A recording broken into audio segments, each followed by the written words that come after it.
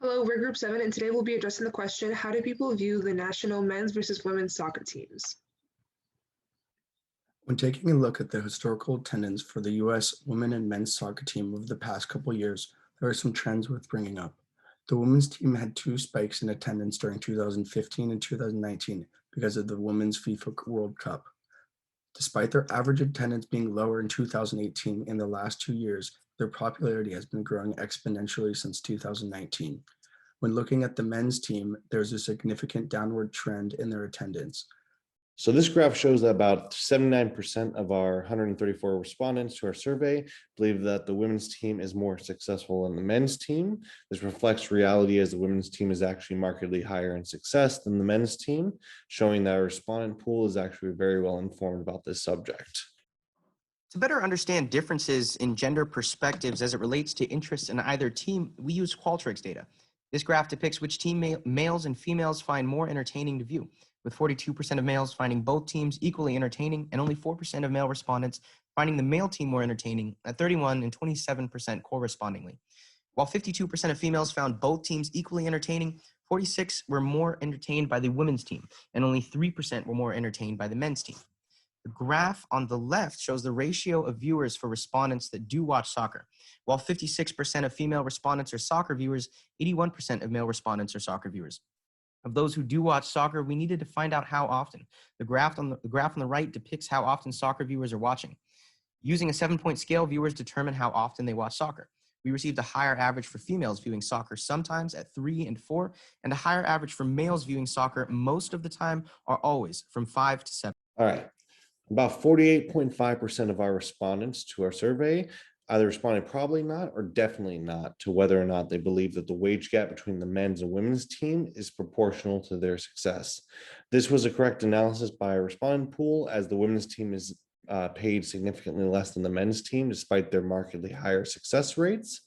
Despite many survey respondents reporting this disparity, about 26% of our respondents do think that the wage gap is proportional to the success of both teams, meaning that they think that there's equal levels of success on both teams. Okay, so next we wanted to uncover the correlation between one's social dominance orientation and their beliefs regarding the wage gap between the U.S. women's national team and the U.S. men's national team.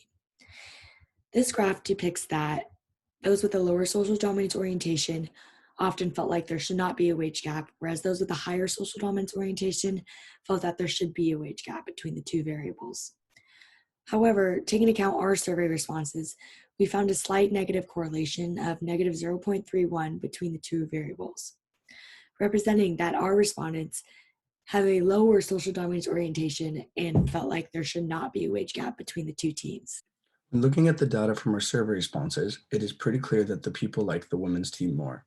The pink on this graph shows that people are more loyal towards the women's team and that they think it is all around better than the men's team.